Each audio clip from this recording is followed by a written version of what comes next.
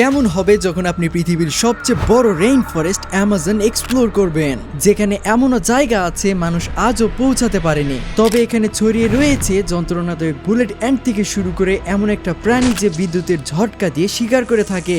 আশ্চর্যজনক বিষয় এইটা যে এখানে রয়েছে ফুটন্ত নদী আর চলাফেরা করতে পারে এমন গাছও। আমি মিথ্যে বলছি না, এখানে এমন অনেক কিছু রয়েছে যা আপনাকে আসলেই অবাক করবে।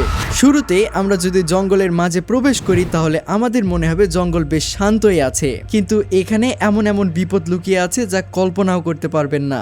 সাধারণ একটা পিঁপড়া, নাম বুলেট অ্যান্ট, দেখে মনে হবে সাধারণ একটা প্রাণী, কিন্তু এই পিঁপড়ার জাস্ট একটা কামড়ের তীব্র ব্যথায় আপনার জ্বর চলে আসতে পারে। সহজভাবে বললে এতটা যন্ত্রণাদায়ক যে মনে হবে সেই স্থানে গুলি লেগেছে। তবে এখানেই শেষ নয়, এখানে আরো আছে বিশাল বিশাল অ্যানাকন্ডা, যেগুলোর কাজই সারাদিন শিকারের খোঁজ করা।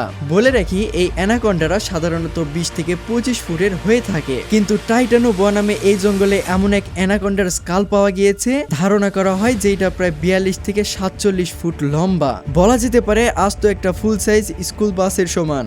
আর এখন পয়জন ড্রাট ফ্রগ নামের যে রঙিন ব্যাঙটাকে দেখতে পাচ্ছেন, এইটা পৃথিবীর সবচেয়ে বিষাক্ত ব্যাঙ, যেটা অ্যামাজনেই পাওয়া যায়। তবে এই ব্যাঙ এতটা বিষাক্ত যে 10 থেকে 20 জনকে অনায়াসেই কুপঘাত করতে পারে। কিন্তু এই ব্যাঙ দিয়েই উপজাতিরা অনেক সময় শিকার করে থাকে। কিভাবে শিকার করে জানতে চান? তবে সাথেই থাকুন। আর এইটা তো সবে শুরু, কারণ এই ভিডিওতে আপনারা এমন কিছু দেখতে যাচ্ছেন যা আগের যে কোনো কিছু থেকে এক ধাপ উপরেই থাকবে। শেষে থাকবে এমন একটা নদী যেটার পানি প্রায় 100 ডিগ্রি সেলসিয়াস তাপমাত্রায় ফুটছে। চাইলে এখানে রান্নাও করা সম্ভব কিন্তু।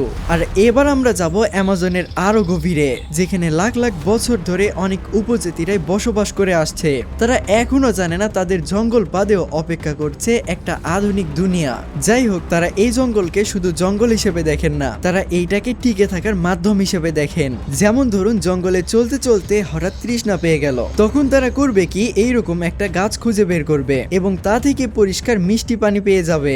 অন্যদিকে তারা এই বিশাল গাছকে বলে মিল্ক ট্রি, যেখান থেকে দুধের মতো মিষ্টি রস পাওয়া যায়। আর আশ্চর্যজনক ভাবে তাদেরকে মশাও কামড়ায় না, কারণ তারা এমন এক উপায় খুঁজে বের করেছে যা মশাও ভয় পায়। তারা মশা থেকে রক্ষা পাওয়ার জন্য এইরকম একটা পিঁপড়ার বাসা ভেঙে এইরকম ভাবে পিঁপড়া হাতে নিয়ে 2 হাত দিয়ে ঘষে শরীরে ভালোভাবে লাগিয়ে নেয়। এতে করে একটা লেবুর তীব্র ঘ্রাণ সৃষ্টি হয়, যেটা আবার মশাও সহ্য করতে পারে না। তাই সবসময় মশা তাদের থেকে দূরেই থাকে। তবে তারা শিকারের বেলায় প্রয়োগ করে এক ভিন্ন উপায়। তারা প্রথমে সেই বিষাক্ত ব্যাঙ থেকে বিষ সংগ্রহ করে নেয়, তারপর তাদের বানানো এইরকম ছোট ছোট তীরের সামনের অংশে লাগিয়ে নেয় সেগুলো। এরপর তারা শিকারের খোঁজে বেরিয়ে পড়ে, আর তারা লুকিয়ে থাকবে গাছের আড়ালে, যাতে করে শিকার কিছু বুঝতে না পারে, এবং সময় বুঝে ব্লোগানের মতো ফু দিয়ে সেইটাকে শুট করবে। আর সেই তীরটা হিট করার পর সেই প্রাণীটা ধীরে ধীরে অচল হয়ে পড়ে। এইভাবেই তারা হাজার হাজার বছর ধরে অনায়াসেই শিকার করে ফেলে অনেক বড় প্রাণীকেও। বড় প্রাণীর কথা যেহেতু উঠলই, তাহলে বলতে হচ্ছে পৃথিবীর সবচেয়ে বড় ট্যারেন্টুলা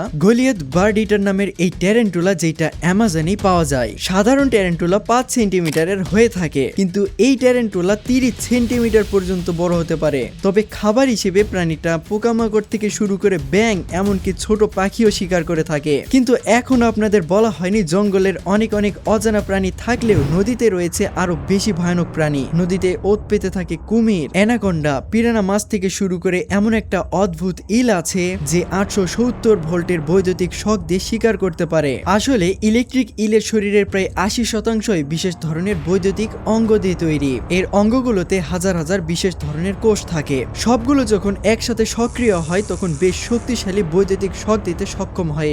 এই ইল এতটা ভয়ানক যে মিস্টার কুমিরকেও কখনো কখনো ছাড় দেয় না। এছাড়াও এই জঙ্গলে এমন এক গাছ আছে যে রীতিমতো চলাফেরা করতে পারে। হ্যাঁ, এই জঙ্গলে এমন এক বিশেষ পাম ট্রি জন্মায় যে প্রতিদিন 2 থেকে 3 সেন্টিমিটার চলতে পারে। আসলে এই গাছের শিকড় মাটির খুব গভীরে যায় না, তাই সময়ের সাথে সাথে যখন এর রোদের দরকার হয় তখন আলোর দিকে ধীরে ধীরে সরতে থাকে। এই পুরো ব্যাপারটা ঘটে নতুন শিকড় গজানোর মাধ্যমে। যেদিকে আলো সেই দিকে নতুন শিকড় গজাতে থাকে, আর পুরাতন শিকড়গুলো মরে যেতে থাকে। এইভাবেই সূর্যের আলো যেদিকেই পড়ে সেই দিকেই মুভ করতে থাকে গাছ। আর যেহেতু সবকিছু ঠিকঠাকই আছে তাই আমি চলে যাচ্ছি সেই ফুটন্ত নদীর কাছে, কিন্তু সেখানে যাবার আগে অ্যামাজন যে কতটা সুন্দর তা একবার দেখে আসি। দেখুন, অ্যামাজনের এই নদীটার মধ্যে দুইটা ভাগ রয়েছে, একটা মিষ্টি পানির আর একটা লবণাক্ত পানির, কিন্তু আশ্চর্যজনকভাবে একটা আরেকটার সাথে একদমই মিশছে না। অ্যামাজনের মাঝখানে এই দুটো নদী 4 কিলোমিটার এলাকা জুড়ে রয়েছে, তবুও একটা আরেকটার সাথে একদমই মিশে যাচ্ছে না। হ্যাঁ, এটার বর্ণনায় স্বয়ং আল কোরআনে বর্ণিত আছে। সৃষ্টিকর্তা যে কতটা ক্ষমতাধর তা এখান থেকেই বোঝা যায়। আর অ্যামাজন যে কতটা বৈচিত্র্যময় তা এর ভিতরে থাকা জ্যাগুয়ার, গোলাপি ডলফিন, সবুজ অ্যানাকন্ডা, ইলেকট্রিক ইল, ব্লু মরফো বাটারফ্লাই থেকে শুরু করে লাখ লাখ প্রাণী যাদেরকে এক ভিডিওতে কভার করা সম্ভব নয়। কিন্তু এই জঙ্গলের সবচেয়ে সুন্দর জিনিসটা মনে হয় এখানে থাকা পাখিগুলো। আমি জাস্ট এই পাখিগুলোকে দেখছি আর অবাক হচ্ছি। কোনোটা নীল আবার কোনোটা হলুদ রঙের, কিন্তু ম্যাকাও নামের এই পাখিটাকে দেখুন, তাদেরকে দেখে মনে হয় ঠিক যেন ছবির কোনো দৃশ্য। এগুলো কখনোই এমনি এমনি সৃষ্টি হতে পারে না সৃষ্টিকর্তা ছাড়া। তবে এবার আমরা দেখব অ্যামাজনের সবচেয়ে রহস্যময় সেই টকবগে ফুটন্ত নদীটা। আসলে এই নদীটা পেরুর অ্যামাজন রেইন ফরেস্টের মায়ান্তুয়াকু অঞ্চলে প্রবাহিত একটা নদী। নদীর পানি 24 ঘন্টা 7 দিন সব সময় এইরকম 100 ডিগ্রি সেলসিয়াস তাপমাত্রায় ফুটতে থাকে। কিন্তু নদীটাকে আরো অদ্ভুত করে তোলে তা হচ্ছে আগ্নেয়গিরি থেকে 6 থেকে 700 কিলোমিটার দূরে বয়ে যাওয়া একটি নদী। তাহলে কিভাবে এর পানি এতটা গরম হয়? মূলত এত দূরে আগ্নেয়গিরি থাকা সত্ত্বেও নদীর পানি এত গরম হওয়ার এই ব্যাপারটি বহু বছর ধরে বিজ্ঞানীদের কাছে রহস্য ছিল। কিন্তু আসলে এই রহস্য শুরু হয় আকাশ থেকে পড়া বৃষ্টির পানির ফোঁটা থেকে। বৃষ্টির পানি মাটিতে পড়ে ধীরে ধীরে গভীর ফাটল দিয়ে পৃথিবীর অনেক নিচে নেমে যায়, এবং যত গভীরে যায় ততই পৃথিবীর অভ্যন্তরের তাপের সংস্পর্শে আসে, আর সেখানে এই পানি ধীরে ধীরে উত্তপ্ত হয়ে আবার উপরে ফিরে আসে, এবং তখন আমরা দেখতে পাই এই ফুটন্ত নদীর ব্যাপারটা। কিন্তু সৃষ্টিকর্তা ছাড়া এগুলো কোনো কিছুই সম্ভব নয়। তবে অ্যামাজন রেইন ফরেস্টের সৌন্দর্য দেখে বোঝা যাবে না এটা কতটা বিপজ্জনক, কারণ কিছু মুহূর্তের মাঝেই শুরু হতে পারে আচমকা ঝড় বৃষ্টি, এবং এর ফলে পাহাড় থেকে অনেক দ্রুত গতিতে জলস্রোত নেমে আসে আর গোটা এলাকাটা এক মুহূর্তের মাঝে ভাসিয়ে দেয়।